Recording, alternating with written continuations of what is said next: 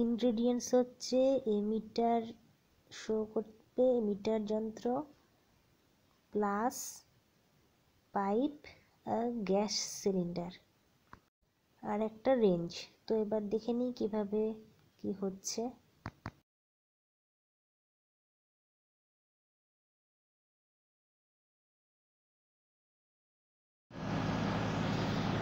তো এসি যেটা বাইরের ইউনিট সেইটা একটা স্ক্রুয়ের মতো জিনিস ছিল, ওখান থেকে যে গ্যাস সিলিন্ডার থেকে পাইপটা বেরিয়েছে সেটা ওখানে আটকে টাইট করে দিচ্ছে, খুব ভালো করে টাইট করে দিচ্ছে যতটা টাইট করা সম্ভব, কারণ ওখান দিয়ে গ্যাসটা পাস হবে, নইলে তো গ্যাস লিক করতে থাকবে, যতই গ্যাস দেবে তারপরেও গ্যাস ঘুরবে না। আর এইটা হচ্ছে যন্ত্রটা যেটা অ্যাটাচ করা হবে, তো এখানে টাইট করে নিয়ে ভালোভাবে চেক করা হচ্ছে।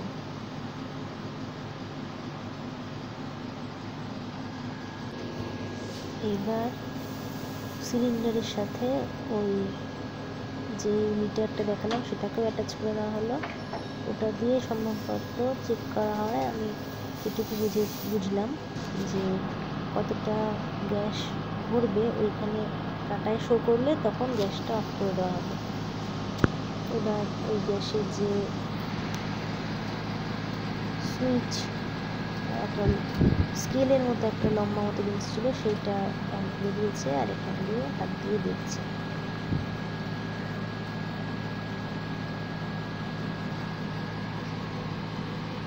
হাওয়া ঠান্ডা হবে, ও আচ্ছা আচ্ছা,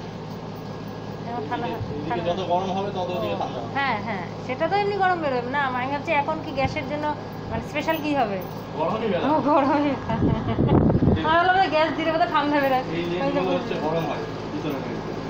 ও তাই, গরম হাওয়াটাই তখন বাইরে থাকে।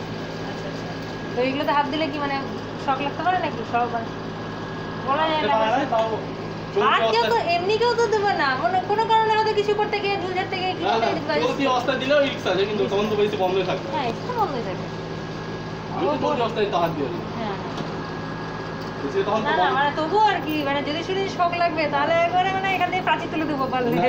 শক লাগবে না, এখান থেকে এই ভিতর দিয়ে এই যে পাইপ খোলা আছে। আচ্ছা আচ্ছা আচ্ছা, হ্যাঁ গরমও হয়ে থাকবে, সেটা ছাকাও লাগতে পারে। না না ছাকা লাগবে, ওরকম ছাকা লাগবে, দূর থেকে বুঝে যাবে লম্বা লম্বা পাইপ গেছে। আচ্ছা এর ভিতর দিয়ে গ্যাস আছে।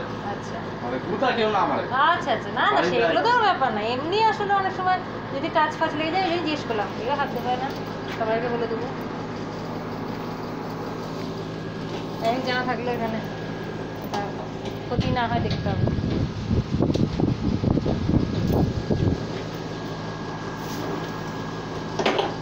গ্যাসটা ভরার পরে আবার কিছুটা গ্যাস একটু ছেড়ে দিল, তো কমপ্লিট হয়ে গেল। এবার সব কিছু আবার টাইট করে লাগানো হচ্ছে।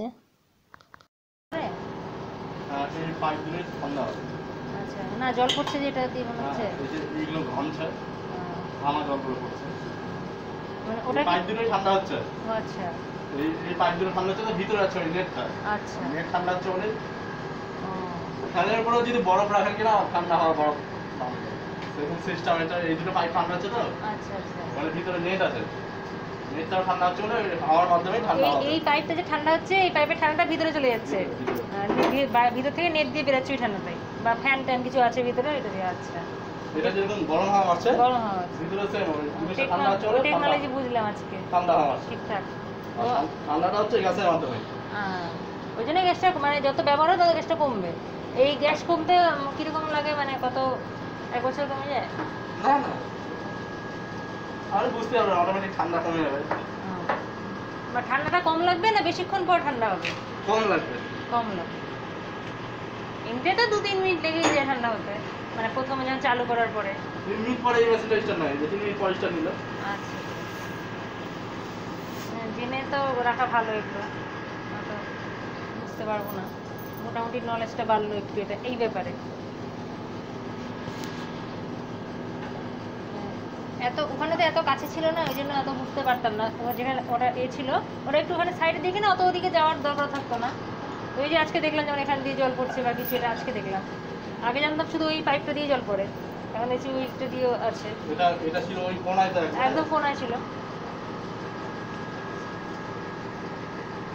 ওইখানকারটাতে ওই আরেকটা যেটা যে সিঁড়ি দিয়ে উঠতে হলো, যেটা আগের দিন যেটা খুলে এসে লাগা, ওটাতে সামনেই ছিল, কিন্তু তবুও ওটারটা একটুখানি মানে অত লাস্ট পর্যন্ত গিয়ে আর কি দেখা হতো না। সামনের দিক থেকে কিছু কাপড় টাপড় মেলা হলো, লোকজন একটু দেখে আবার ঘরে থাকে, এইখান দিয়ে দেখতে যাবে। আর তারপরে বেশিরভাগই তো রাত্রিবেলাতেই চলে, আর দুপুরবেলাতে বাইরে খুব গরম, কে রাত্রে দাঁড়িয়ে দেখবে এগুলো টেকনোলজি। এসি অফ করে বাইরে যদি টেকনোলজি দেখি তাহলে এসি চালিয়ে গেলাম।